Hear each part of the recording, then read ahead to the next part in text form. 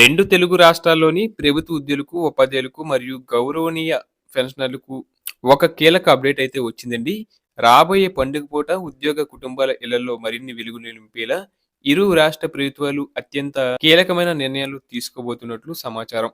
ఆంధ్రప్రదేశ్‌లో ఇప్పటికే కూటమి ప్రభుత్వం అధికారంలోకి వచ్చిన తర్వాత దీపావళి కానుకగా ఒక విడత కరువు భత్యాన్ని మంజూరు చేసిన సంగతి తెలిసిందే. అయితే ఇంకా కొన్ని డీఏ బకాయిలు పెండింగ్‌లో ఉండటంతో ఉద్యోగులు ఎంతో ఆశగా ఎదురుచూస్తున్నారు. తాజా సమాచారం ప్రకారం సంక్రాంతి పండుగ కానుకగా ముఖ్యమంత్రి నారా చంద్రబాబు నాయుడు గారు మరొక పెండింగ్ డీఏ విడుదలపై అసెంబ్లీలో కానీ లేదా బహిరంగ సభలో కానీ కీలక ప్రకటన చేసే అవకాశం పుష్కలంగా ఉంది.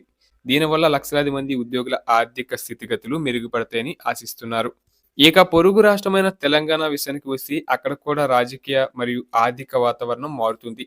తెలంగాణ ప్రభుత్వం సుమారు 6 నెలల క్రితం ఒక డీఏను ప్రకటించింది. ప్రతి 6 నెలలకు ఒకసారి కరువు భత్యాన్ని సవరిస్తామని గతంలో ఇచ్చిన వాగ్దానం ప్రకారం ఇప్పుడు రెండో విడత డీఏను ప్రకటించాల్సిన సమయం ఆసన్నమైంది. తెలంగాణలో కూడా పలు డీఏ బకాయిలు పెండింగ్‌లో ఉండటం గమనార్హం. రాబోయే సంక్రాంతి వేళ ముఖ్యమంత్రి రేవంత్ రెడ్డి గారు రాష్ట్ర ఉద్యోగులకు ఒక తీపి కబురు అందించే దిశగా అడుగులు వేస్తున్నట్లు సచివాలయ వర్గాల సమాచారం. 2 తెలుగు రాష్ట్రాల్లోనూ కనీసం ఒక్క డీఏ చొప్పున విడుదల చేస్తే అది ఉద్యోగ, ఉపాధ్యాయ మరియు పెన్షనర్ల జీవితాల్లో పెద్ద మార్పును తీసుకొస్తుంది. ఈ ప్రకటన వెలువడితే ఉద్యోగులు ఆనందంతో గెంతేయడం ఖాయమని చెప్పవచ్చు. ప్రస్తుత రోజుల్లో నిత్యావసర వస్తువులు ధరలు ఆకాశాన్ని తాకుతున్నాయి. కూరగాయల నుంచి పప్పు దినుసుల వరకు ప్రతిదీ ప్రియమవ్వడంతో మధ్యతరగతి ఉద్యోగ కుటుంబాలకు జీతాలు సరిపోక ఇబ్బందులు పడుతున్నారు. ఇలాంటి తరుణంలో డీఏ పెంపు అనేది వారికి ఒక పెద్ద ఊరట మరియు వెసులుబాటు కల్పిస్తుంది. ఈ అదనపు ఆదాయం కేవలం పండుగ ఖర్చులకే కాకుండా పిల్లల ఉన్నత చదువులు, ఫీజులు చెల్లించడానికి, ఆరోగ్యపరమైన అత్యవసరాలకు మరియు ఇతర సామాజిక బాధ్యతలు తీర్చుకోవడానికి ఎంతో ఉపయోగపడతాయి. దీనివల్ల మార్కెట్‌లో నగదు చలామణి పెరిగి ఆర్థిక వ్యవస్థకు కూడా మేలు జరుగుతుంది. మరోవైపు రాష్ట్ర ఉద్యోగులకే కాకుండా కేంద్ర ప్రభుత్వ ఉద్యోగులకు కూడా రాబోయే జనవరి నెల అత్యంత కీలకం కాబోతుంది.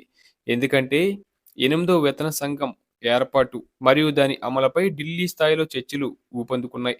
జనవరి నుంచి దీనిపై కేంద్ర ప్రభుత్వం ఒక స్పష్టమైన నిర్ణయం లేదా కమిటీని వేసే అవకాశం ఉందని నిపుణులు విశ్లేషిస్తున్నారు. ఒకవేళ ఇది అమల్లోకి వస్తే కేంద్ర ప్రభుత్వ ఉద్యోగుల కనీస వేతనం మరియు ఇతర అలవెన్స్‌లు కూడా భారీగా పెరగబోతున్నాయి.